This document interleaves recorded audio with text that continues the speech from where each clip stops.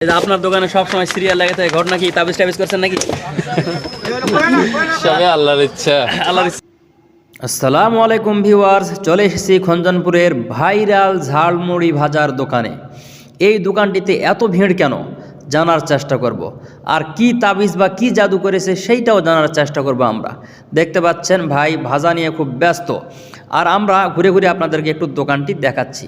এই দোকানটি হচ্ছে খঞ্জনপুর মোড়ে একদম 0 পয়েন্টে বট গাছের নিচে। এখানে যে শুধু ঝালমুড়ি পাওয়া যাচ্ছে তা নয়, এখানে আপনি পাবেন চটপটি, ফুচকা, সেদ্ধ ডিম, ভাপা পিঠা, আরও অনেক কিছু পাবেন। তো চলেন এবার আমরা দর্শকদের সঙ্গে একটু কথা বলার চেষ্টা করি। বাড়ি কোথায় আপনাদের? বাড়ি গোপালপুর ভাই। গোপালপুর।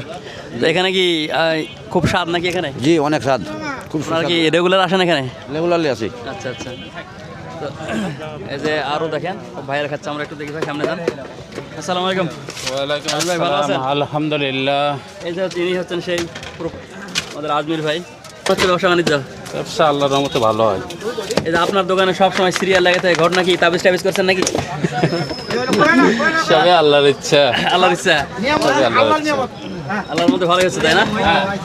এই যে এই বাবুটাও আছে, সবসময় এখানে জিনিসগুলো এগিয়ে দেয়। ওখানে নুডলস আর কি কি হয় ভাই আপনাদের এখানে মুড়ি মাখা ছাড়াও? চটপটি আছে, ডিম আছে, ভাপা পিঠা আছে।